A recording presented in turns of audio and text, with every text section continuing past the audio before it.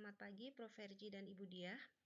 Pada kesempatan kali ini, kami dari kelompok 2 System Simulation and Modeling akan mempresentasikan proyek dari yang sudah kami kerjakan.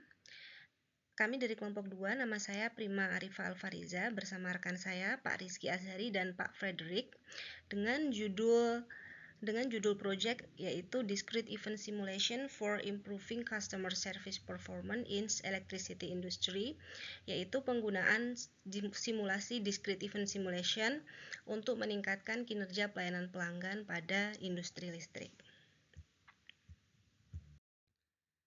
Yang pertama adalah introduction, yang melatar belakangi pada proyek kami kali ini adalah sebagai berikut, yaitu dapat kita lihat pada grafik konsumsi listrik per kapita di Indonesia pada 5 tahun terakhir, yaitu tahun 2019 sampai 2023, bahwa menurut Kementerian Energi dan Sumber Daya Mineral, pemakaian listrik meningkat sebesar 1.173 kWh per kapita dan terus mengalami peningkatan setiap tahun. Hal ini juga berdampak pada meningkatnya permohonan pasang baru listrik dan perubahan daya. Sehingga dengan meningkatnya hal tersebut maka bertambah pula jumlah pelanggan dari perusahaan listrik. Oleh karena itu, perusahaan listrik harus meningkatkan pelayanan pelanggan. Dalam hal ini berkaitan dengan waktu tunggu dan waktu pelayanan. Permasalahan yang biasa terjadi dalam proses pelayanan pelanggan dalam industri listrik, yang pertama adalah kurangnya teknologi yang efisien, kemudian ketidakjelasan proses dan prosedurnya, selanjutnya adalah keterbatasan sumber daya manusia dalam pelayanan pelanggan itu, dan yang terakhir adalah kurangnya fasilitas pendukung. Selanjutnya, tujuan penelitian ini adalah yang pertama, yaitu mengevaluasi sistem antrian yang sedang berjalan saat ini, apakah sudah efektif. Kemudian, di penelitian ini kami juga menentukan skenario pelayanan yang tepat berdasarkan waktu tunggu dan waktu pemrosesan. Selanjutnya adalah mengidentifikasi penyebab-penyebab kegagalan atau bottleneck-nya. Dan yang terakhir adalah memberikan rekomendasi dan perbaikan. Dilanjutkan dengan metodologi penelitian. Yang pertama, kita mengidentifikasi permasalahan-permasalahan yang terjadi. Kemudian kita menentukan objek yang akan diteliti. Dilanjutkan dengan mengumpulkan dan menyiapkan data-data. Ketika data-data sudah disiapkan, maka kita mulai melakukan formulasi dari model itu. Kemudian setelah melakukan formulasi model, kita juga melakukan verifikasi dan validasi. Ketika model dinyatakan valid, kita melakukan eksperimental, yaitu melakukan simulasi dan analisisnya. Dan yang terakhir, setelah dilakukan simulasi dan mendapatkan hasil, kita memberikan rekomendasi dan melakukan implementasi. Selanjutnya, saya akan menjelaskan flowchart pelayanan pelanggan penyambungan baru dan penambahan daya listrik. Yang pertama, calon pelanggan melakukan permohonan melalui call center atau mobile app. Setelah permohonan disetujui, akan mendapatkan email persetujuan dan nomor register untuk melakukan pembayaran. Kemudian setelah pelanggan melakukan pembayaran, maka akan dilakukan survei oleh petugas. Pada tahap ini, perusahaan listrik mengirimkan petugas untuk melakukan survei apakah kondisi jaringan di lokasi layak secara teknik untuk dilakukan pemasangan listrik atau penambahan daya atau dinyatakan tidak layak. Apabila dinyatakan tidak layak, maka akan masuk ke daftar potensi, kemudian akan mengirimkan surat pemberitahuan ke pelanggan, dan yang terakhir akan dilakukan pengembalian dana. Apabila dinyatakan layak, maka akan dilanjutkan dengan pencetakan perintah kerja kepada petugas dan sekaligus tanda tangan perjanjian jual beli. Kemudian setelah itu dilakukan pemasangan dan pengoperasian instalasi. Pada penelitian kali ini, kami berfokus apabila pelanggan dinyatakan layak teknik, sehingga kami mengukur waktu tunggunya sampai dengan pemasangan. Untuk selanjutnya, mengenai data collection dan simulasi akan dijelaskan oleh rekan saya, Pak Rizky.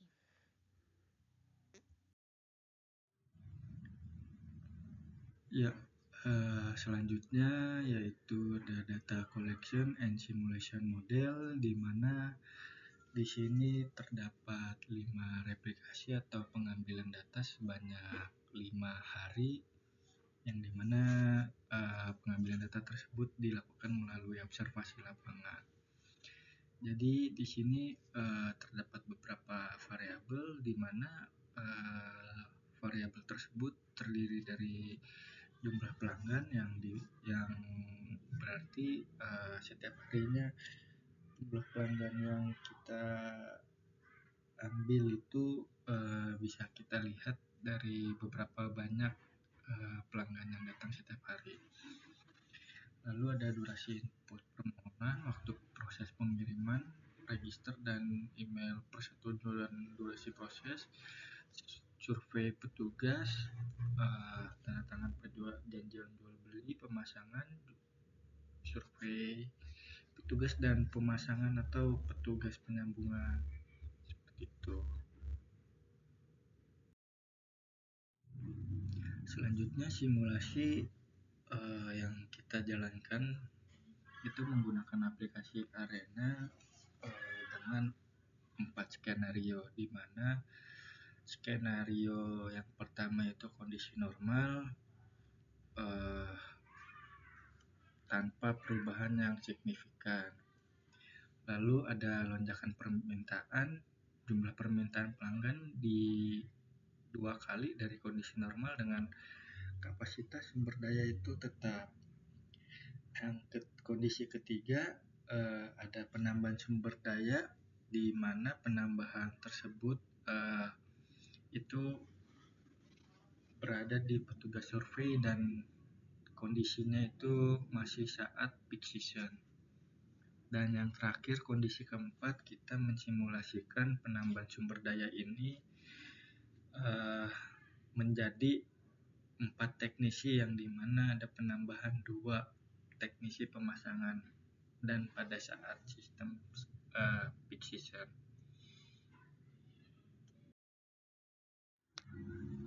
Ya, berikut simulasi model yang kita lakukan menggunakan software Arena di saat kondisi normal, di mana di sini kita menggunakan beberapa fitur atau atribut dari create, process, hold, dan decide. Hold, decide, dan dispose. Untuk penggunaan hold di sini, antrian survei dan decide survei itu kita harapannya bisa melihat banyaknya waktu antrian pada saat survei yang dilakukan oleh survei petugas. Dan juga pada saat antrian pemasangan juga kita lakukan menggunakan atribut hold dan decide, di harapannya sama untuk melihat jumlah waktu setiap pelanggan yang datang untuk melihat jumlah waktu antrian yang dilakukan.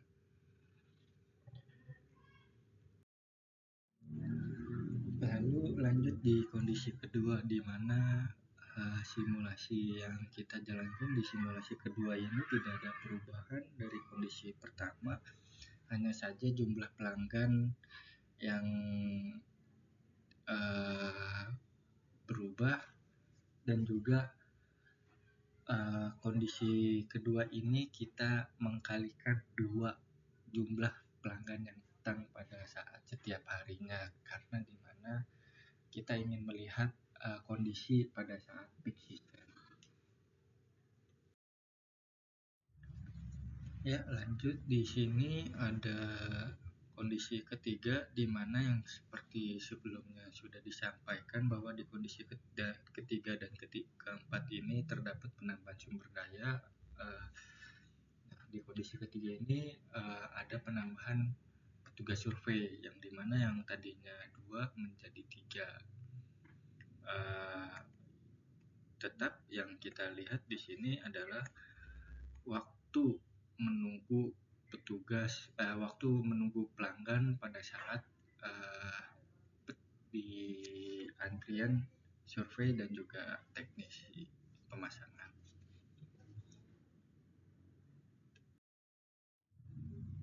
Nah, ini kondisi keempat, di mana kondisi keempat itu kita lakukan pada saat kondisi peak season, atau jumlah pelanggan itu kita kalikan 2. Dan di kondisi keempat ini terdapat 2 teknisi pemasangan, penambahan 2 teknisi pemasangan yang tadinya berjumlah 2, sekarang berjumlah 4. Ya, kita memang tetap concernnya melihat waktu yang dihabiskan pelanggan pada saat melakukan antrian baik di survei maupun juga di pemasangan. Nah, di pemasangan ini memang kita melakukan proses sesi rilis yang nantinya kita bisa melihat apakah waktu tersebut sudah baik apa belum pada saat mengantri.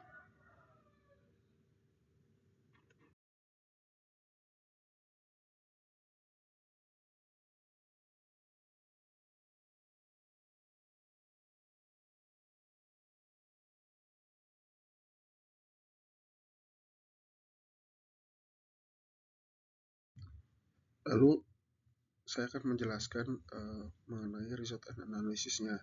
Di sini didapat data-data untuk setiap skenario-nya. Saya akan menjelaskan salah satu nilai saja sebagai contoh. Pada skenario pertama, nilai yang pertama untuk waktu surveinya, antrian surveinya itu di angka 1,68 jam. Lalu untuk antrian pemasangannya di angka 2,46 jam. Lalu untuk utilisasinya 0,85 jam. Lalu untuk skenario kedua di mana terdapat peningkatan demand, itu waktu untuk surveinya itu antrian surveinya 3,67 jam. Lalu untuk antrian pemasangannya 2,81 jam. Lalu juga untuk utilisasinya 0,9 jam. Lalu untuk skenario ketiga di mana terdapat penambahan petugas di antrian survei itu 0,35 jam. Lalu untuk antrian pemasangannya 3,63 jam.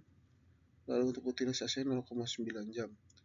Lalu untuk skenario keempat di mana petugasnya bertambah di petugas teknisi pemasangannya, itu untuk antrian surveinya 3,67 jam.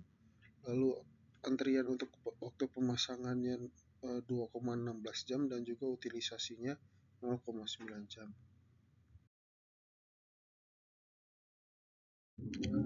Lalu saya akan menjelaskan mengenai perbandingannya antar skenario untuk antrian waiting time surveinya.